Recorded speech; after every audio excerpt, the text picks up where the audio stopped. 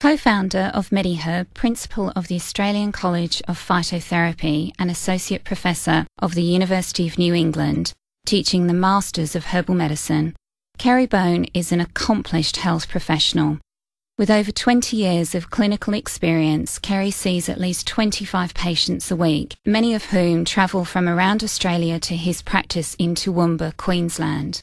Kerry's scientific background and love of research brings a unique style to his clinical approach. His unquenchable thirst for knowledge and passion for teaching has provided the profession with 4 renowned herbal texts, along with world-class educational events. On this CD, Kerry will share his perspective on his favourite herb, Echinacea. Kerry, you have a unique perspective on Echinacea from your clinical experience over the last 20 years, and you've undertaken extensive research with the MediHerb research team. What we would like to know from your perspective, Kerry, is how you use Echinacea, because a lot of practitioners only use Echinacea for immune support during acute infections. Well, exactly, Amanda. I can remember giving a class to my undergraduate students, and this was many, many years ago when I taught undergraduate. And I put to them at that time that I felt that Echinacea, even though it was popular, was still a hugely underestimated herb. I honestly feel that that is still the situation today. If we look at what's happened by the time that someone is manifesting an acute infection, there's a whole lot of processes that have already occurred in the immune system. And in actual fact, I believe to use Echinacea in that way, just during an acute infection, is really only treating the tip of the iceberg. I believe that long-term use of Echinacea can be much, much more valuable in these sort of clinical circumstances. Unfortunately, and we'll talk about this soon, there has been a whole raft of information to suggest that that's not how you use Echinacea. Well, my perspective is quite different. Now, in addition for just that aspect of immune support in healthy or relatively healthy people, I believe, of course, that the immune system is under siege in the modern world that we now live in. And therefore, I feel that there are a wide range of other uses that we can put Echinacea to, and that I do apply on a regular basis in my practice. So, Kerry, if we could run through your main uses of Echinacea with patients, what are the typical conditions that you would use it for? Well, anywhere, Amanda, where poor immunity or compromised immunity is involved. So any sort of infection. It's quite interesting. There seems to be this school of thought, and certainly you see it in the scientific literature, that Echinacea is only indicated in respiratory tract infections, especially upper respiratory tract infections like the common cold and influenza. In fact, I believe it's valuable to use Echinacea for immune support during any acute infection. And we can talk more on that, I'm sure, soon. In addition, obviously, subacute and chronic infections, I will use Echinacea as my first choice there. Also, situations where there's compromised immunity, I will consider Echinacea, but there I will combine it with other immune-supporting herbs. Autoimmune disease, I know it's a controversial area.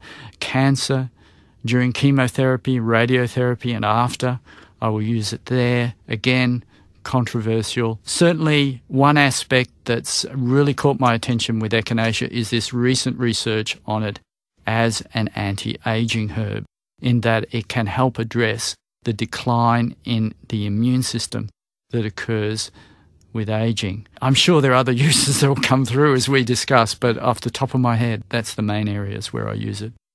Kerry, I think most people would find it fascinating that you've really spent a lot of time in your clinical career working on developing successful methods to treat autoimmune diseases, and that Echinacea really is your foundation in those approaches. Could you give us some examples of autoimmune diseases and how you would approach those with a patient? Well, certainly autoimmune disease has been a particular passion of mine for many, many years, and any one area, that would be the area where my attention has been focused in terms of reading the literature. And I've literally read thousands and thousands of scientific papers on autoimmune disease. trying to understand what was going on there, because it seemed to me to be quite unsatisfactory to have a situation where the immune system, for some reason, starts attacking the self. The types of autoimmune diseases that I see in my practice and that I will use Echinacea for, and again I stress it's controversial, particularly for some of these conditions, include rheumatoid arthritis, Crohn's disease, ulcerative colitis, multiple sclerosis, lupus, and so on. But they're the main ones: ankylosing spondylitis, myasthenia gravis, all of those. That's very interesting. So could we pick maybe one of those and go through how you would approach that from your autoimmune disease approach? Okay. Well, the main approach that I use in autoimmune disease is I'm looking for, if you like, something that is imbalancing the immune system. In other words, looking for the factors that are creating a deranged response of the immune system. In other words, my thinking is not that there's something wrong with the immune system itself, but that the immune system has become confused with the input that's coming into it. And I'm particularly looking at two areas. One is a source of the primary lesion. In other words, something going wrong in the body that's causing the immune system to respond inappropriately, and then a source or sources of immune dysregulation that drives that aberrant response into a chronic condition. Kerry, how do you look for those two causative factors when you're taking a case history with a patient? Well, it literally does have to be a history. Basically, what I'm looking for is any sort of major health events and the correlation of major health events in relation to the onset of that patient's particular condition. Now, sometimes you get very clear indications. For example, a patient with chronic active hepatitis who developed prior to that, had a few episodes of infectious hepatitis prior to that. What you're basically looking for, though, is the presence of bacteria and viruses, because I believe these are the things that cause this aberrant input into the immune system. Now, in terms of that, it doesn't need to be an out-and-out infection. And so in some cases, we're being guided by the medical literature. So a good example is Crohn's disease. There's now this species of bacteria related to the tuberculosis bacteria called MAP, or Mycobacterium avium subspecies paratuberculosis, that is implicated. It's not there causing a clinical infection of the intestine, but its presence is there in sufficient numbers to explain some of the things that are happening, and there are people now advocating that by treating MAP, you will actually help the clinical course of Crohn's disease. So seeing as we've touched on the example of Crohn's disease, I'm guided by the patient's history in conjunction with a very thorough reading of the medical literature to look at the factors that are involved. So the factors involved, obviously, that can feed the chronicity of the aberrant immune response include things like diet, include organisms in Crohn's disease, particularly MAP, and they're basically the sorts of things that I'm looking for and looking to correct through either herbal treatment or dietary change, those factors. So case in point of Crohn's disease, to treat the MAP, I might use the bowel flora protocol. That's where I would use on the weekends herbal products to decrease the bacterial load in the gut, and then during the weekdays give something like slippery elm to support the growth of healthy bacteria, and something like grapeseed extract and green tea to suppress the growth of the pathogenic bacteria. So I might use a bowel flora protocol in that way. I'll certainly use anti-inflammatory herbs just to allay the inflammation and stop the vicious cycle. So Boswellia is a good example that way. So Echinacea, Boswellia, bowel flora protocol with golden seal, garlic and other antimicrobial herbs, either on the weekends or all the way through, is the approach I'll take with Crohn's disease, plus a yeast and dairy-free diet because of what's been implicated there. But Echinacea is a core part of the treatment. For example, I have one patient who had Crohn's disease for almost 20 years, and she's been completely transformed by this approach. And now all she comes in to get from me on a regular basis, she doesn't even need to see me because she's in perfect health with no symptoms, is her Echinacea, her golden seal, and her Boswellia. The other condition that is affecting so many people in our society is rheumatoid arthritis. What is your approach with that? Okay, well, there have been several factors that are involved in rheumatoid arthritis that have been identified in the literature. Now, there are probably two key ones. One is the Epstein-Barr virus, and that possibly affects a certain percentage of the cohort of patients with rheumatoid arthritis. The other is a urinary tract infecting organism called Proteus, and that possibly affects a different cohort, although I'm sure there will be an overlap. So we need to look at the presence of either microbe that's creating an abnormal response of the immune system. You know, the analogy I use that in Crohn's disease, it's MAP. Here we've got Proteus and Epstein-Barr virus. They're behaving as stealth pathogens. So they're not readily apparent, but they're working at a deeper level, undermining the normal immune response. So they need to be eliminated. Now, echinacea is a key part of any of this approach to autoimmune disease because you need to accentuate the seek and destroy aspect of the immune system. It's that seek and destroy aspect of the immune system is what we call innate immunity. And the research, which we'll talk about a bit later, shows that echinacea is particularly valuable at supporting innate immunity, and furthermore, that innate immunity is often compromised in autoimmune disease. So I hear a lot of people say, don't give echinacea in autoimmune disease. The immune system is already overreacting. But it's the acquired aspect of immunity that is overreacting. The innate immunity, which is what echinacea supports, is often underreactive. So coming back to rheumatoid arthritis, naturally I'll use anti-inflammatories, Boswellia, willowbark, devil's claw. Cat's claw is a wonderful herb for rheumatoid arthritis because it has both immune support and anti-inflammatory properties, so I'll consider that. You know, the joke I make to my patients with cat's claw and devil's claw is I'm going to give them claw therapy. So we have those key aspects with the anti-inflammatories, immune support with echinacea. If there's a virus present, Epstein-Barr virus will respond to hypericin from St. John's wort, so I'll use St. John's wort. And certainly look at bacteriuria, the presence of this Proteus organism, looking at, for example, cranberry, buku, bearberry, and other aspects of urinary tract support. Now, you spoke earlier about anti-aging as well. That must be a fascinating area for you. I know that it's been a topic of interest for you for a long time. Well, yeah, and it becomes increasingly interesting the older I get. And it's a big agenda for the baby boomers. And certainly if we look at a large percentage of our patients are baby boomers, and we need to be mindful of things that are on their agenda. And anti-aging is. Anti-aging is perhaps a bit of a glib term. What we're really talking here is about healthy longevity. And I think it's a goal of any baby boomer, not just to want to retire and what have you and do all the things they want to make their seed change or tree change or whatever, but it's also to maintain good health and enjoy, the fruits of their hard labours.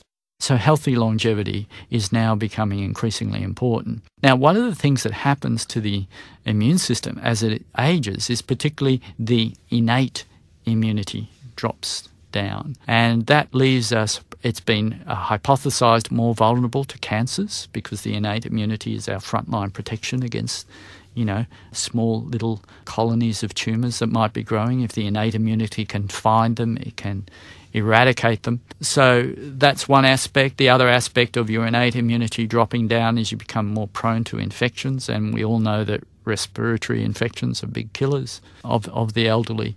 So the research shows that echinacea can correct the changes in innate immunity linked with ageing. To me, is extremely exciting.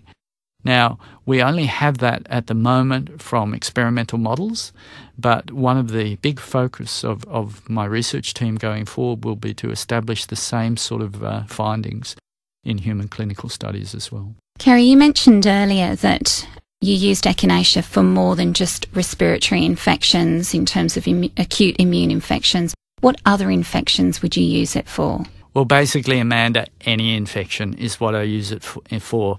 For example, patient comes in with acute hepatitis or even chronic hepatitis C, for example. Echinacea is part of their protocol. I have a patient with acute or recurrent urinary tract infections. Echinacea is part of their protocol. I can remember harking back to when I was teaching undergraduate. I'd set exam questions asking students what they would do for particular infections. Let's take urinary tract infections. And they would wax on lyrically about, urinary tract antiseptics and supporting bladder function and using herbs with anti-adherent activity and what have you. But they'd often forget to me what is the most fundamental thing to do in any infection or infestation. So bacterial, viral, protozoal, even parasites, is support immunity. And to me, Echinacea is just such a wonderful herb in that aspect. Something I think that we should emphasise that perhaps I haven't emphasised enough, but will come through in the research side as well, is this aspect of just taking Echinacea during acute infections versus using it long term. My clinical experience and the research supports that Echinacea is a herb that you use long term. To me, just giving Echinacea during an acute infection is really only half of the potential benefit. And some of the research shows that some of the immune changes that need to occur when you take Echinacea take a few weeks to happen. So you're compromising those really deeper beneficial changes in immunity if you're just taking Echinacea during acute infections. It does work, especially in high doses, of course, it does work. To me, it's taking Echinacea all the time is really the way to go. And that's probably one reason why I'm called Mr. Echinacea, because it's one herb I literally have taken every day for the last 10 years. And my immune system's not breaking down. I'm not, about to fall over in a heap. Even if I stopped Echinacea, and sometimes I do on holidays, I'm usually in good health. So there's no problem with doing it in that way. In fact, I believe there's a great deal of benefit, as we've already touched on with the anti-aging aspects. So in terms of, for other practitioners listening to this CD, Kerry, one of the common issues that we face in our clinic is that patients have a limited amount of money that they can spend, and they may well be coming to you for weight loss or for metabolic syndrome or for something other than what most practitioners would typically regard as being immune issues. How do you approach that from the perspective of your patients that you're seeing that aren't typically coming to you for an immune problem?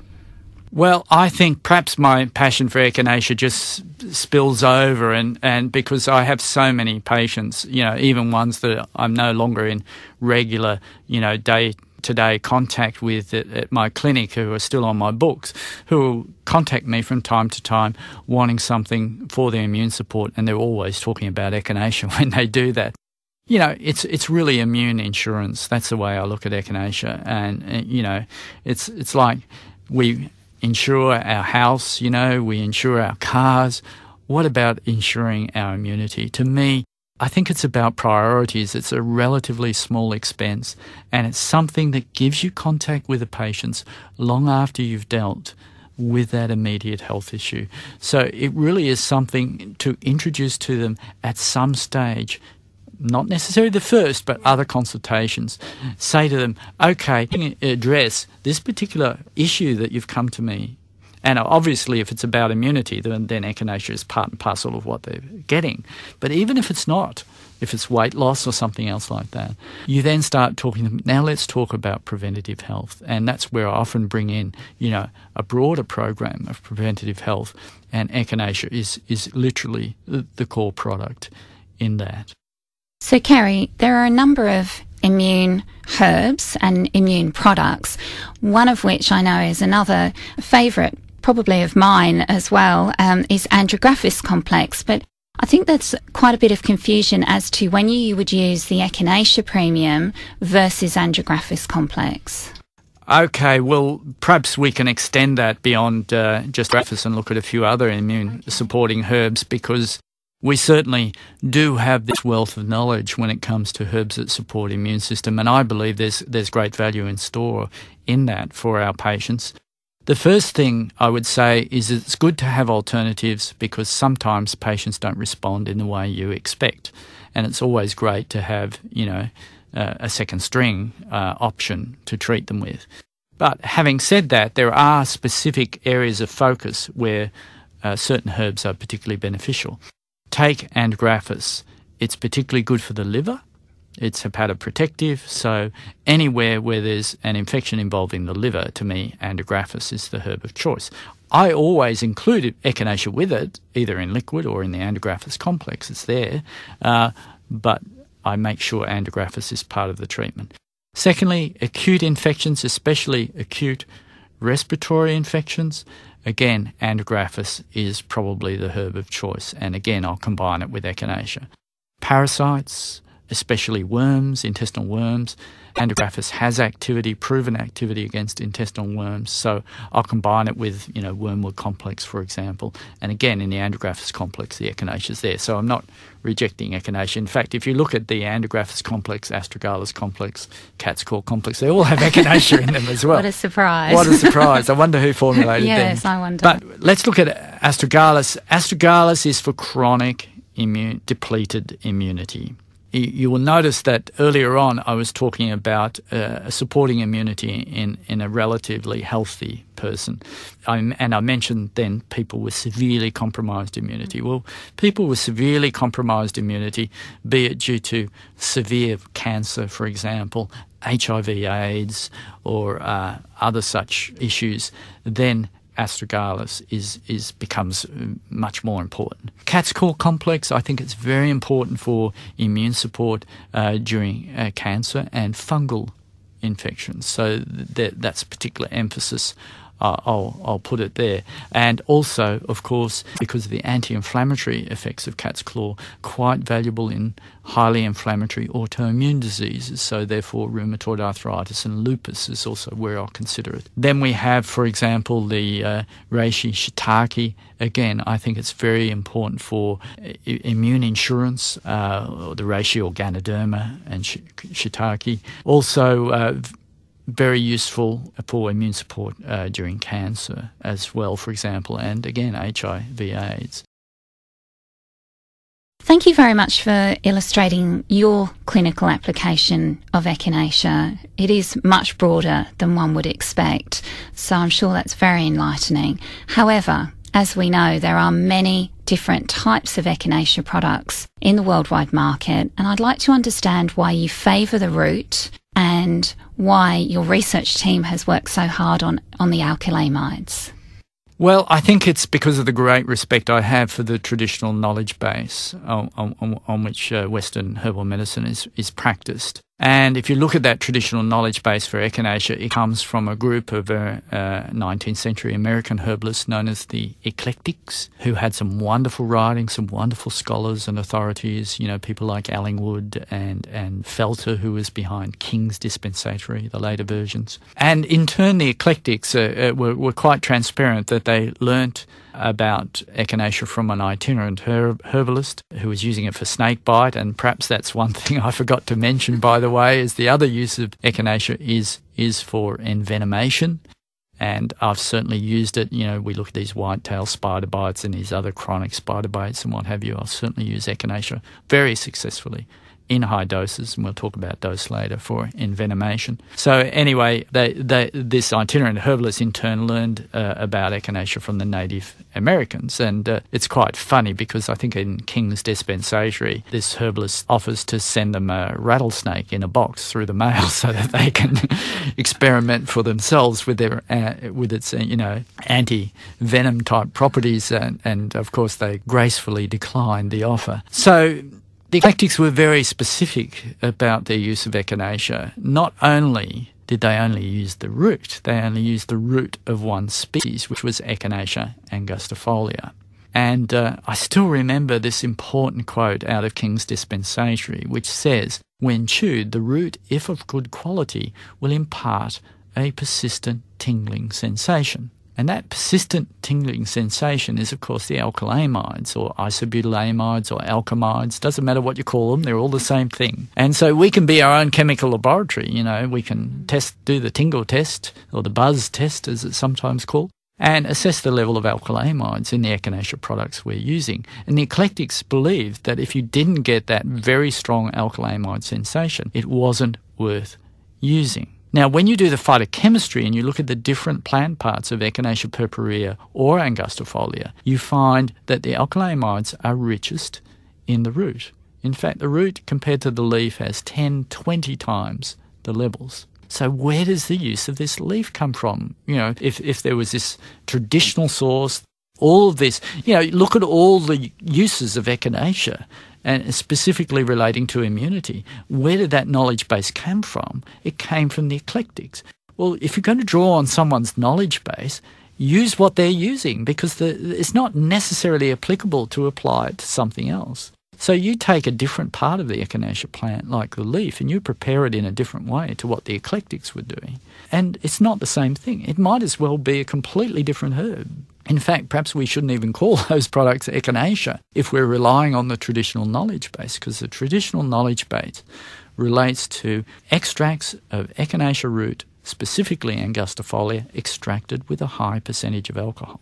And I guess the traditional, the Native American Indians wouldn't have gone to the effort of digging up that very large root. Well, absolutely. When people are working in a critical survival situation, you don't expend energy when it's not needed to be expended. So the fact that they went to the effort to dig up the root shows that they understood that that was the most active part. So where does the use of the leaf come from? Well, it comes from a German herbalist in the 1930s named Madaus. And Madaus had some influence from homeopathy at that time, was very big in Germany. And he'd read about Echinacea, the eclectics, how it was used. It was still being very much used by the English herbalists at the time as well. And so he wanted to understand how he could use Echinacea. So he started growing Echinacea. He couldn't grow angustifolia. It's quite difficult to get the seeds to germinate unless you know how. So he began growing purpurea, which was easier. And of course, being from a homeopathic background, often looking at homeopathic mother tinctures, which are fresh plant tinctures, rather than do what the eclectic did, which was make an extract of the dried root, he made a fresh plant preparation of the aerial parts of purpurea. And this set up a completely different tradition, perhaps we can call it, for use of Echinacea that is very Eurocentric, which is the use of the stabilised juice of the aerial parts of Echinacea purpurea, or the fresh plant tincture of the aerial parts of Echinacea purpurea, or even the whole plant, fresh plant tincture of Echinacea purpurea. And now we look across the United States and various other countries, and there are people doing all these sort of complete mishmashes of products, where they've got the seed of this species and the root of that species and the aerial parts of that species. I believe it's all gimmick, to be honest. To me, the focus needs to be on the root. I would never even bother to use the aerial parts of Echinacea in my practice. I couldn't see the point. Now, I know there's a body of evidence that the Germans have generated for the aerial parts of Echinacea purpurea, but if you look carefully, most of the impressive aspect of that body of evidence is for the Echinacea purpurea juice given by injection, not oral use. And therefore, that's, I think, where some of the misunderstanding comes from. The oral use data for these fresh plant Echinacea purpurea products is not strong. However, I can remember sitting around a table and I was putting exactly this view to a group of people perhaps about a decade ago. And they said, well, that's all very well, but prove it. You haven't given us any evidence other than your respective tradition, the eclectic knowledge base, and your clinical experience. That's not enough proof for us. And so that's certainly when, via my research team, we embarked on our research approach, which I'll talk about soon, to prove that the traditional approach was the best approach to use. Kerry, there are some that believe that a dried herb extract has a lower vibrational energy than a fresh herb extract. What's your view on that? I think if the herb is carefully dried and the preparation is made very carefully, I think it still has great vibrational energy. I mean, essentially, it's that complexity that has been conferred by life that holds the vibrational energy. And, for example, I look at the great system of Ayurveda. Now, that's founded on yogic thinking. They're very aware of vibrational and those sort of energetic aspects in their approach. Yet most of what they use in Ayurveda is the dried herb, and they see absolutely no problem. So I think we've been kind of led down the garden path to think that vitalism can only include fresh plant preparations. And in fact, there's a great problem I see with using fresh plant preparations, and that is that the living plant has a lot of water in it. And that lot of water means you're ending up using a fairly dilute preparation. And in my book, for example, A Clinical Guide to Blending Liquid Herbs, I've elaborated on that in detail. The other aspect is because there's a lot of water, when you add the alcohol to make the fresh plant extract, you're not necessarily killing off all the enzymes that are in the plant, yet you are mushing the plant up, so those enzymes then get exposed to areas of the plant's chemistry that they're not normally exposed to, and that often leads to actual degradation of actives. So ironically, in your object of preserving as much as possible what was in the living plant, you're moving further and further away from it. So I think the third aspect to say is there's very little proof, clinical proof, clinical trials, whatever, even pharmacological data, to show that fresh plant preparations are better than dried plant preparations. Okay, Kerry, we understand that you prefer the root of Echinacea angustifolia. What about purpurea?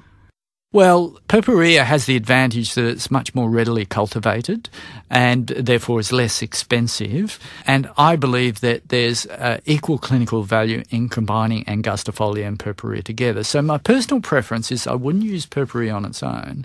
Although if expense was a big issue, I would consider quite happily using purpurea on its own. So my personal preference is to combine the purpurea and the angustifolia roots together, as in Echinacea premium, and use it that way. And so literally what I'm saying is the only product I use in my practice is Echinacea premium.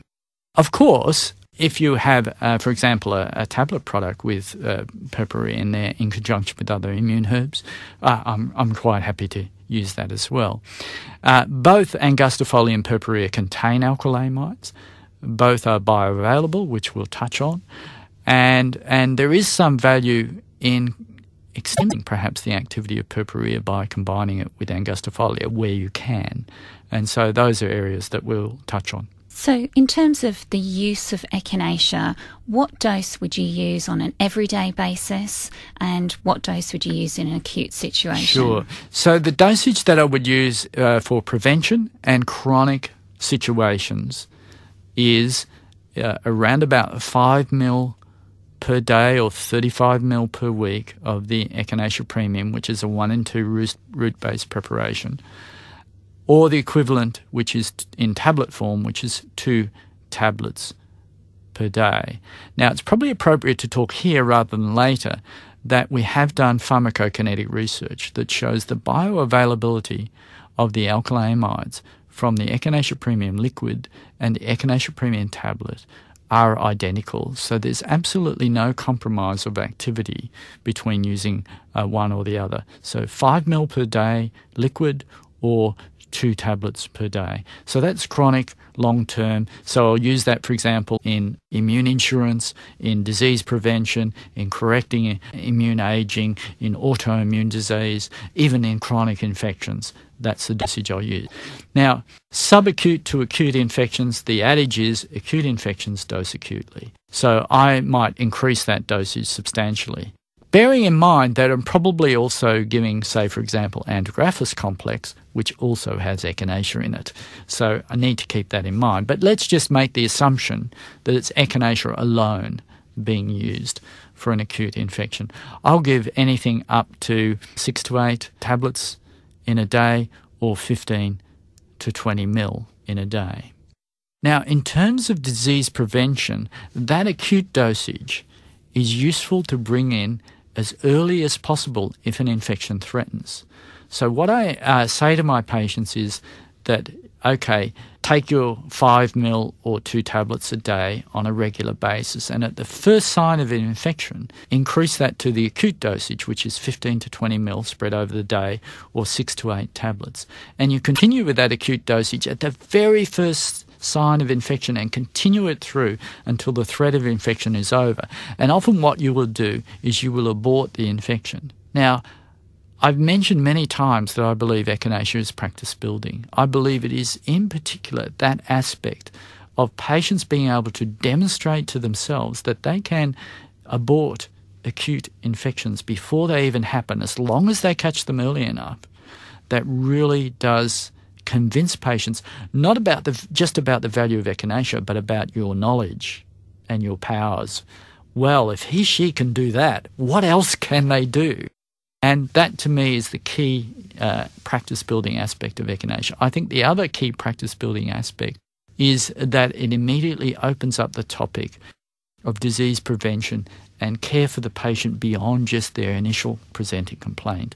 And that also is practice-building. I think the third aspect is that the retail products of echinacea do not have this sort of power or activity, and therefore patients have to come to you to get that particular echinacea. And I know patients come to me and they say, oh, well, look, I was stuck. I was in some city and I couldn't, get to you so you could help me. And so I just bought a retail product knowing it wasn't going to work as well. So my patients are well educated on that score. Just on that though, Kerry, for someone who is a new patient to you and you want to recommend echinacea to them and they say to you, I've got echinacea at home already, how do you get them to understand the echinacea you're offering is different to what they have at home? Well, the taste test is really simple because the patients can be their own quality control labs, because that tingling sensation from the alkylamides is very, very obvious. So I get them to just chew on a bit of my tablet or chew on a bit of their tablet or a drop of 2 of liquid on the tongue and compare it against the one I'm recommending, and they can see the real difference. Kerry, not only are you an expert at using echinacea in your clinic, but you and your research team are world authorities on echinacea research, and you've been fortunate enough to receive 2 substantial research grants to help with your ongoing research in echinacea. Could you give us some examples of the work that you have been doing with researching echinacea? Thank you, Amanda. Yes, we didn't set out to be world authorities on echinacea, but we set out with a particular objective, and that was and it was a simple objective, and that was the one I alluded to before, which was we needed to prove without doubt that the approach that we were recommending, or that I was recommending for echinacea, which was the use of the root preparations high in alkylamides, had a strong scientific basis, number one. And secondly, we wanted to understand that further in terms of the mechanisms of actions, with a possible future outcome of not just providing good proof so that the public will accept echinacea more and understand that these were the better preparations, but also give us an understanding of how better to use them. So we basically set out, firstly, to understand what was bioavailable in a traditional preparation of echinacea, in other words, an alcoholic extract of the root. And we used 2 different models to do that. Obviously, the human model, which is far better, in other words, a clinical study where we give doses of echinacea to people and monitor their blood over time. But before that, we set up a test tube model, an in vitro model of bioavailability, where you grow a thin layer of colon cells. They're called CACO2 cells. You grow a thin layer of colon cells. You form a membrane in a test tube or on a petri dish that resembles, therefore, the membrane of the gut wall. And you put your test substance, in this case an echinacea extract, on one side and look what comes through the other. Well, when we did that in vitro study, we found that only from a traditional preparation of echinacea, only the alkylamides were bioavailable. We then went on to do the human pharmacokinetic study and again found that it was only the alkylamides could be detected in human bloodstream after oral doses of echinacea root. So that really supported our suggestion that these were the quality markers, as the eclectics had always said, for traditional echinacea preparations, because if it's not going to get into your bloodstream, and later on we'll be seeing that echinacea has actually effects on bone marrow, if it's not getting into your bloodstream, it can't have effects on bone marrow. So there were no polysaccharides, Kerry? Well, there are no polysaccharides in a traditional preparation of echinacea anyway from a chemistry perspective. Polysaccharides are large molecules, so they're not anticipated to be bioavailable in any case. So the people who are working behind polysaccharide research are really supporting this other type of echinacea products, which is the aerial leaf type preparations that are generally done in low alcohol. But even those, some recent research has shown, even those contain negligible levels of polysaccharides. So we're left with basically the polysaccharide story is a scientific artifact. And there are a group of researchers in Germany who've isolated pure polysaccharides from tissue